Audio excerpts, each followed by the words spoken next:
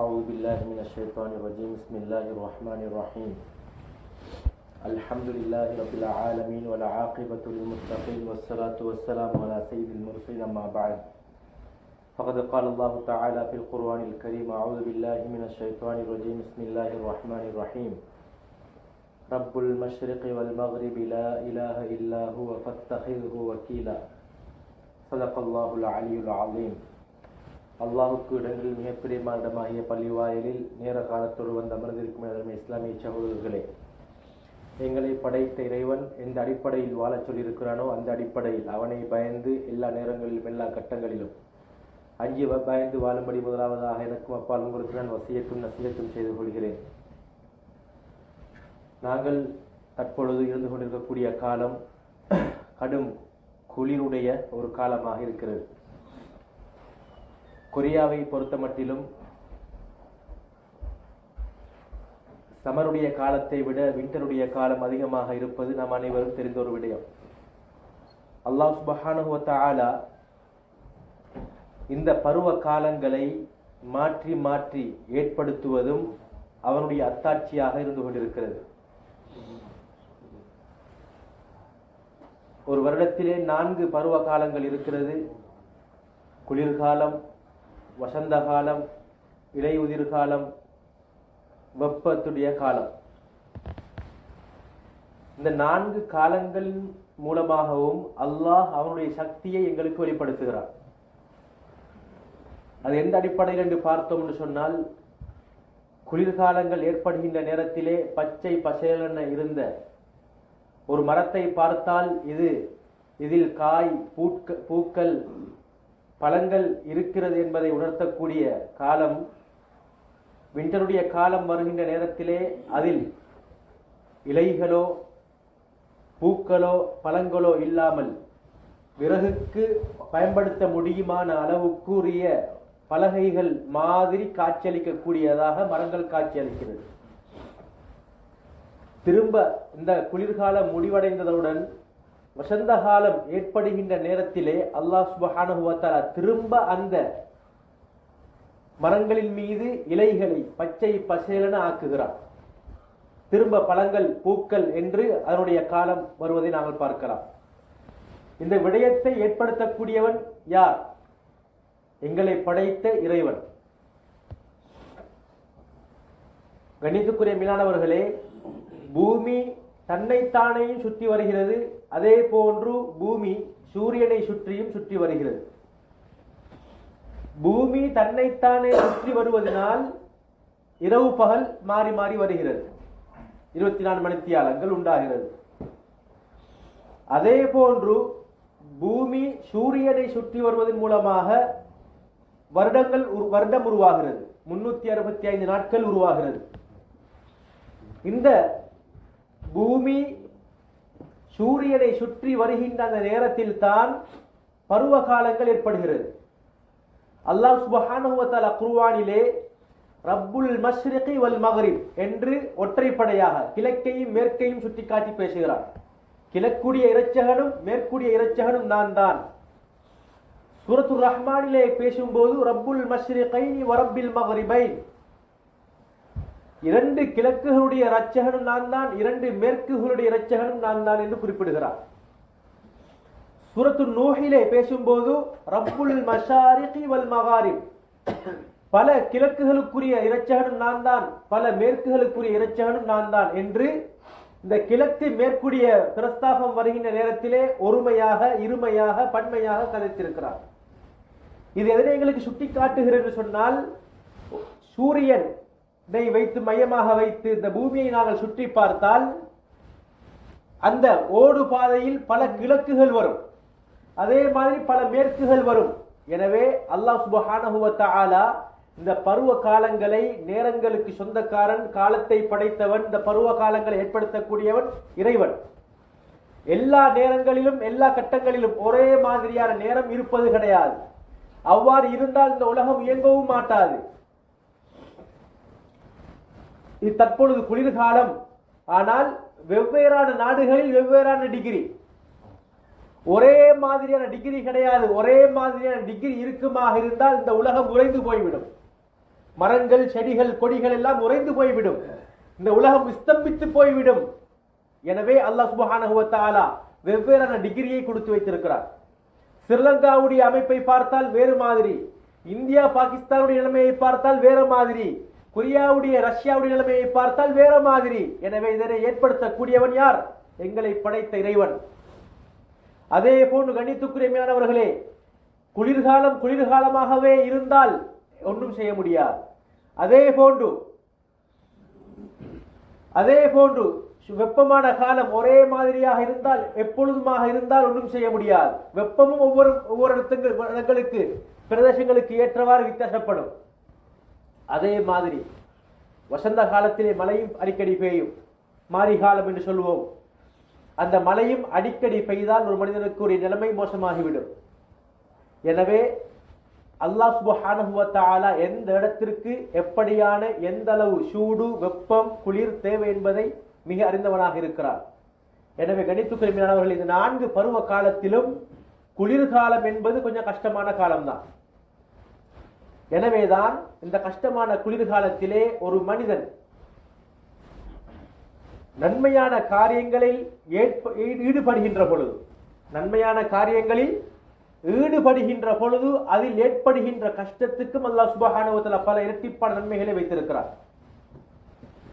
ஸல்லல்லாஹு அலைஹி வஸல்லம் சொன்னார்கள், உங்களுடைய சிறு பாவங்கள் மன்னிக்கப்பட்டு உங்களுடைய அந்தஸ்துக்கள் உயர்த்தப்பட வேண்டும் என்று நீங்கள் ஆசைப்பட்டால், கடினமான நேரத்தில், வெறுப்பான நேரத்தில், கஷ்டமான நேரத்தில் வுதுவை பூர்த்தியாக செய்யுங்கள்.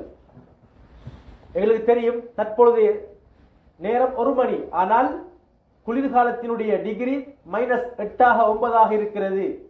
இதில் ஒரு கடமையான குளிப்பு ஏற்பட்டு விட்டால் குளிப்பது என்பது கஷ்டமானது. அதே போன்று வுதுவை பூர்த்தியாக செய்வது என்பது கஷ்டமானது. அதிகாலையுடைய நேரத்தில் சுபுகுக்கு எழும்பி வுது செய்து தொழுவது என்பது கஷ்டம்.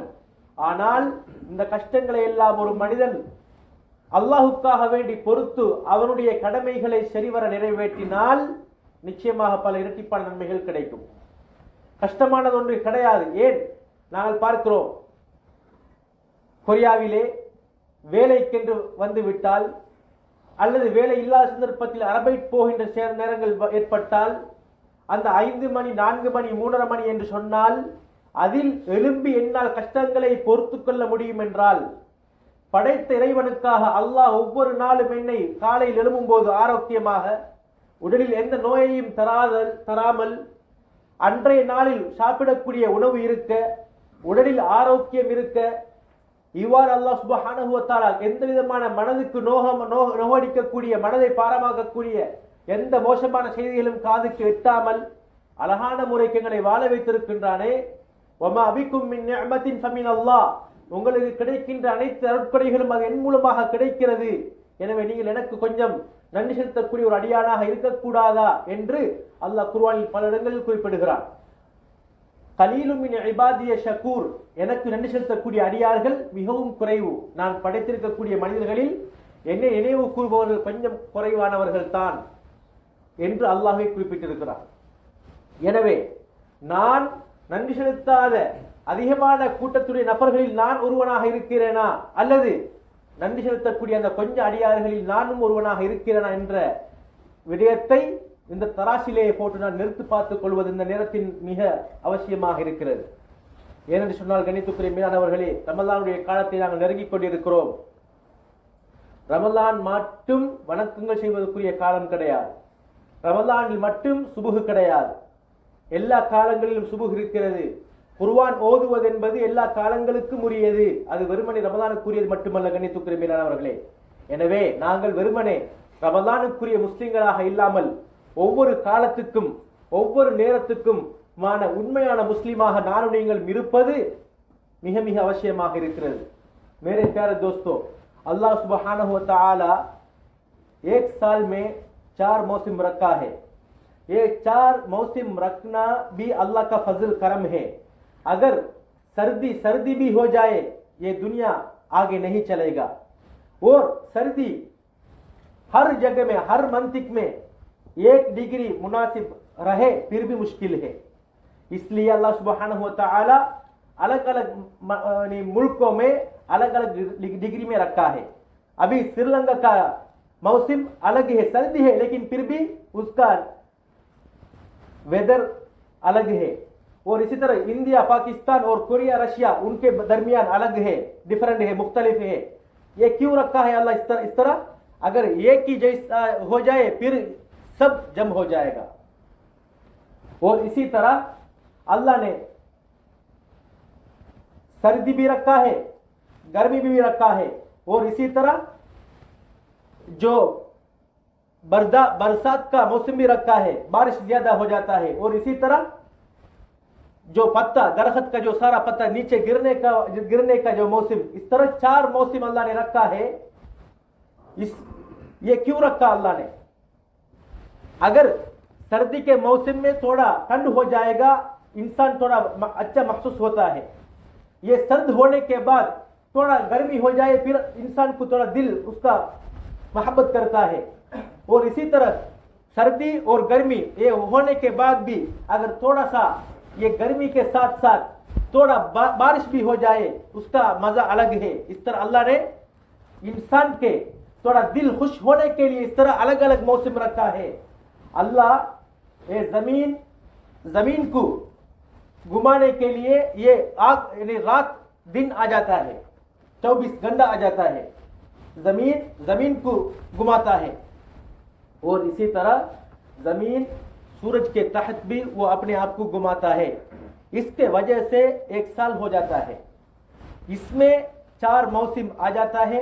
अल्लाह सुब्हानहु व तआला कुरान में एक अच्छा लफ्ज इस्तेमाल किया, रब्बुल मशरिक़ वल मगरिब, रब्बुल मशरिक़ैन व रब्बुल मगरिबैन, रब्बुल मशारिक़ व रब्बुल मगारिब. इस तरह अल्लाह ने मशरिक का मगरिब का लफ्ज मुफरद, तस्निया, जम्अ के साथ इस्तेमाल किया. क्यों? ये सूरज के इस जमीन को देखेंगे बहुत मशरिक हो जाएगा और बहुत मगरिब हो जाएगा. सबका मालिक अल्लाह है. ये सब 4 मौसम करने वाला, उसको तब्दील करने वाला अल्लाह है. ये 4 मौसमों में सर्दी का मौसम थोड़ा इंसान का बर्दाश्त से थोड़ा बाहर है.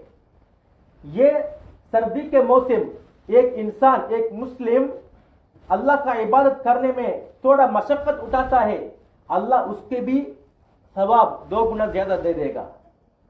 नबी अकरम सल्लल्लाहु अलैहि वसल्लम बताया, उम्मी आयशा रज़ियल्लाहु अन्हा को, आप अभी नापाक की हालत में अभी उम्रा आप कर रहे हैं, आपको मशक्कत है. हाइज तो जो माहवारी होता है जो औरत को, ये थोड़ा दर्द होता है, इसलिए हम बिस्तरी करना उस टाइम में जायज नहीं है, हराम है. अल्लाह सुब्हानहु व तआला नबी अकरम सल्लल्लाहु अलैहि वसल्लम को क्या बताया? आयशा रज़ियल्लाहु अन्हा को, आपके मशक्कत के साथ अल्लाह आपको अजर दे देगा. और इसी तरह कुछ बंदे, उनका घर थोड़ा मस्जिद से थोड़ा दूर हुआ था, वो लोग मस्जिद के करीब आने के लिए थोड़ा मशवरा किया.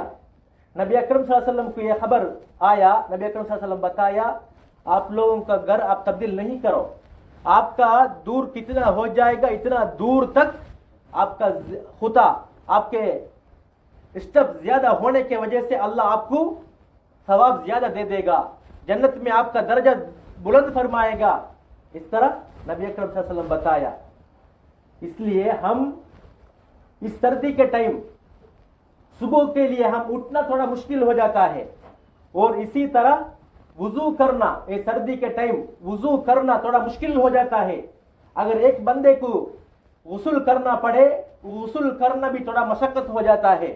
लेकिन ये सब अल्लाह के लिए, कोई बंदा मशक्कत उठाता है, बर्दाश्त करेगा, अल्लाह सुब्हानहु व तआला उसका दर्जा बुलंद करेगा. नबी अकरम सल्लल्लाहु अलैहि वसल्लम बताया, आप लोगों के छोटे छोटे गुनाह अल्लाह मुआफ करेगा और इसी तरह जन्नत में आप लोगों का दर्जा बुलंद करेगा. अब क्या करना चाहिए? जो सर्दी के टाइम आपका दिल नहीं चाहता है, उस टाइम आप अच्छी तरह वुजू करो, एक नमाज होने के बाद दूसरा नमाज का इंतजार करो और मस्जिद में आने के लिए आपका स्टेप ज्यादा रखो. ये जिहाद के बराबर है. इस तरह नबी अकरम सल्लल्लाहु अलैहि वसल्लम बताया. हम दुनिया में कमाने के लिए, हमारे माइशत को अच्छी तरह करने के लिए, हमारे इकोनॉमी को थोड़ा आगे करने के लिए ہم یہ سردیوں میں بہت زیادہ مشقت اٹھاتے ہیں. 4 بجے یا 5 بجے اگر کوئی بندہ عربیٹ والا مجھے کہے ادھر آپ کھڑے ہو جاؤ, ہم کھڑے ہو جاتے ہیں. لیکن صبح کے نماز 7 بجے یا 7:30 بجے, لیکن ہم اس میں ٹائم پہ نہیں آ رہا ہے. اور اسی طرح ہم رمضان میں صرف قربان نہیں اٹھانا چاہیے. ہم صرف رمضان کے مہینے میں فجر نہیں ادا کرنا چاہیے. ایک مسلمان ہر ٹائم میں مسلمان ہے, صرف ایک موسم میں ایک ٹائم کے مسلمان نہیں. ایک مسلمان ہونا چاہیے ہر ٹائم میں, پورا سال میں اچھا پکا مسلمان ہونا چاہیے. صرف رمضان کا صبح ادا کرنے والا اور صرف رمضان کے مہینے میں قرآن پڑھنے والا مسلمان نہیں بننا چاہیے. اگر ہم اس طرح بنتے ہیں پھر ہمارا حالت ہم منافق کی طرح ہے. منافق بھی دن کے ٹائم وہ پکا مسلمان ہوتا تھا, لیکن عشاء کے ٹائم اور فجر کے ٹائم وہ نماز ادا کرنے نہیں والا تھا, مسجد کی طرف نہیں آنے والا تھا. ہم بھی رمضان کے مہینے میں قرآن اٹھاتے ہیں, فجر پڑھتے ہیں, لیکن دوسرے مہینوں میں 11 مہینے میں ہم قرآن کبھی ہم اٹھایا, صبح کا نماز جماعت کے ساتھ کب پڑھا ہم نے.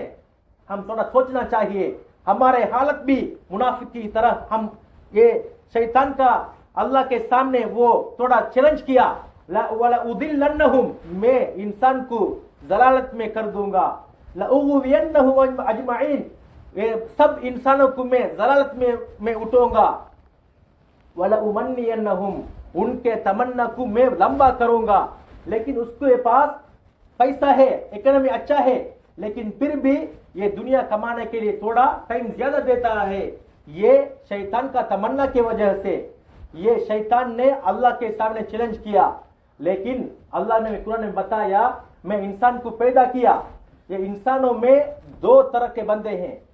کثیر حق علیہ العذاب, بہت بندوں کو میرا عذاب واجب ہو گیا. لیکن قلیل من عبادی شکور, میرا بندوں میں انسانوں میں بہت کم لوگ ہیں شکر ادا کرنے والا. اس لیے ہم اپنے آپ کو دیکھنا ہے میں کون سا اسٹیج میں ہے. میں عذاب واجب ہونے والا بندوں میں میرا نام ادھر شامل ہو گیا, یا یہ جو کم بندہ ہے شکر ادا کرنے والا ان کے ساتھ میرا نام ہے. یہ ہم توڑنا چاہیے. اس لیے ہمارا حالت کو تھوڑا ٹھیک کرنا ہم سب پر واجب ہے. اس لیے اللہ سبحانہ و تعالی ہمارے سب بندوں پر تبدیل پیدا کرنے کے لیے توفیق عطا فرما. وآخر دعوانا الحمدللہ رب العالمین.